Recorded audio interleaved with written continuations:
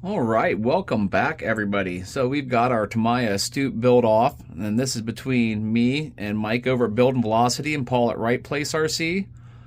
And we're just building these things and gonna have some fun with them, do a couple little different silly challenges, some speed runs and jumps and whatnot. But I am to the point where I'm ready for paint. And thanks to Winter Evening Bearings, we got nice complete bearing set throughout this thing, and it had a crazy amount of bearings. I mean, there's even bearings inside where the A-arms go through the frame. I put the bushings in here because this part doesn't actually move, but there was even bearings that went in that. So when you tighten that down, that won't allow the bearing to move right. So I just put the bushing back in there because that part doesn't need to move anyway. It all moves in the ball in the back here. So I did that way, but other than that, I used the bearings everywhere else, and this kit had some of the largest and smallest bearings I've seen in a normal Tamiya buggy.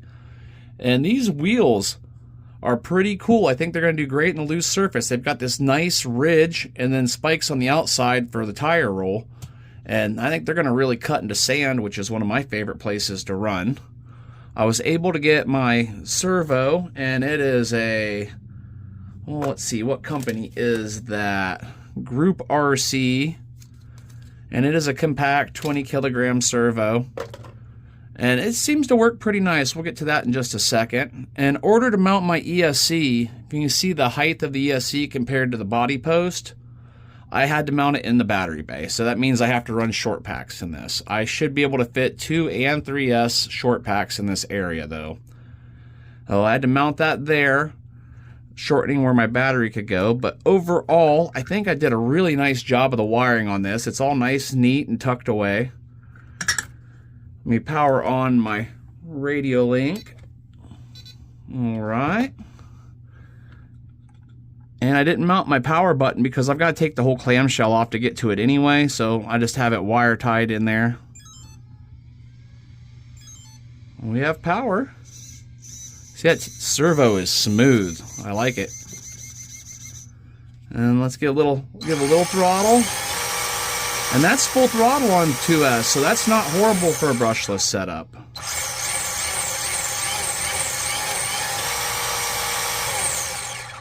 I'm not sure how fast it'll scoot on land, but it definitely doesn't feel like it's stressing the drivetrain. There's a reverse. I mean, it's enough to balloon the tires up a little bit. Power that back down. Everything seems to be working really good. I've done a lot of little tuning. I still may do some more. I've added a shock spacer.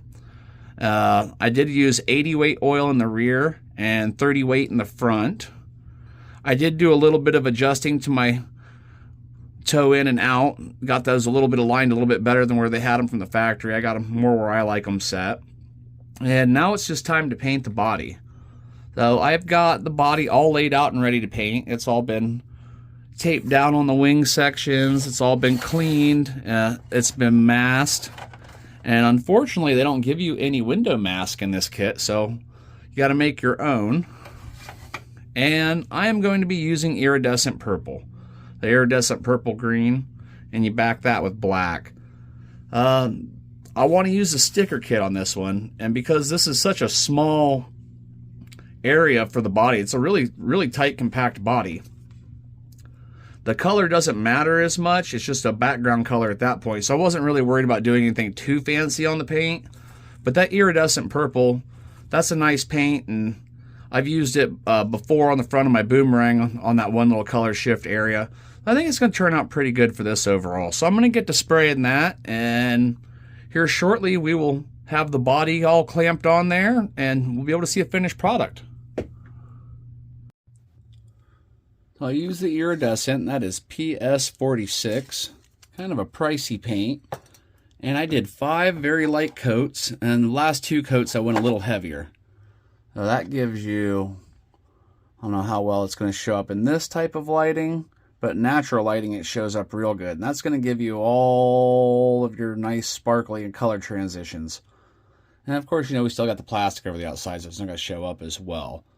And you back this in I believe it's PS5 black, and that's about all we have left to do on that. So I'm going to back all these pieces and see how the color turned out. Well, I think we're about there. So I ended up using the 5 coats of iridescent purple. And then I used 2 coats of PS5 to back it. And then after that, I used 2 coats of PS23 gunmetal. And even just looking at it through the protective layer, that is nice. Well, let's peel some of this away if we can. See if we can get that started and just see how nice it turned out underneath. These colors are a little bit tedious to work with because you have to sit there and wait for every coat to dry.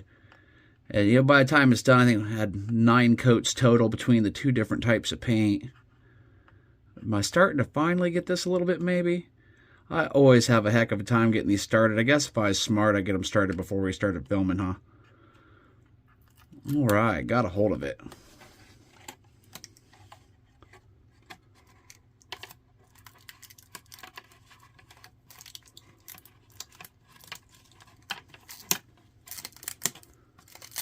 Oh, I know it's going to come off of there in a hassle because it always does. I have a horrible time peeling things. Double-sided tapes, backer plastic, stickers, pretty much anything where you have to peel it off of a surface. I have issues. Look at this corner. Oh, of course it comes off independently. Get this one over here.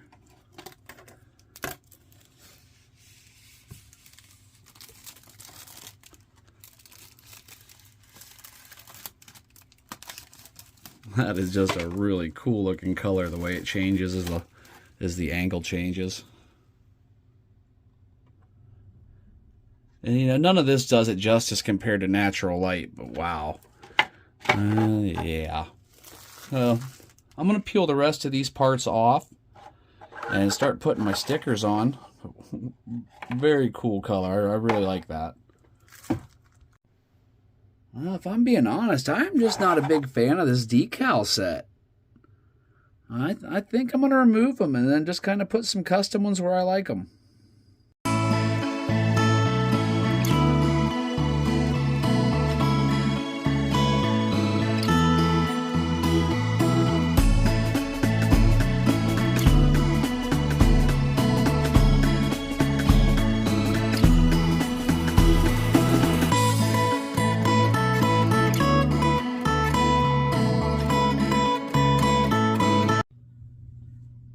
And here we are. This is my final draft. I've got it all laid out with the stickers I wanted. I didn't want to use a whole lot after I started putting them on there. I just didn't like the way they looked. It looked so much nicer with just the clean body and just a couple of stickers just to kind of pop out a little bit. This paint is amazing. I think it's kind of hard for the camera to pick up some of the colors it hits because it hits this really deep dark purple when you look at it at just the right angle. It's really kind of hard to catch it on the camera right. But I am absolutely thrilled with the way this came out. I'm going to pull this off here for just a second and I'll tip it towards you and see if you can get that. There's some of that deep dark purple that comes in when you get it at just the right angle. Really, really, really happy with the way this one looks. I'm looking forward to driving it too. And I've already seen what Paul's finished paint job looks like. I like it. He did a nice job. Looking forward to see what Mike does.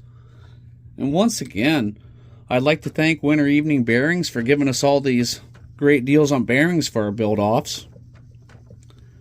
And I'll leave links for Winter Evening Bearings, and I'll leave links for Mike and Paul's channel. So please join us on our build-off, and we'll be running them soon. Thanks for watching, guys. We'll catch you on the next one.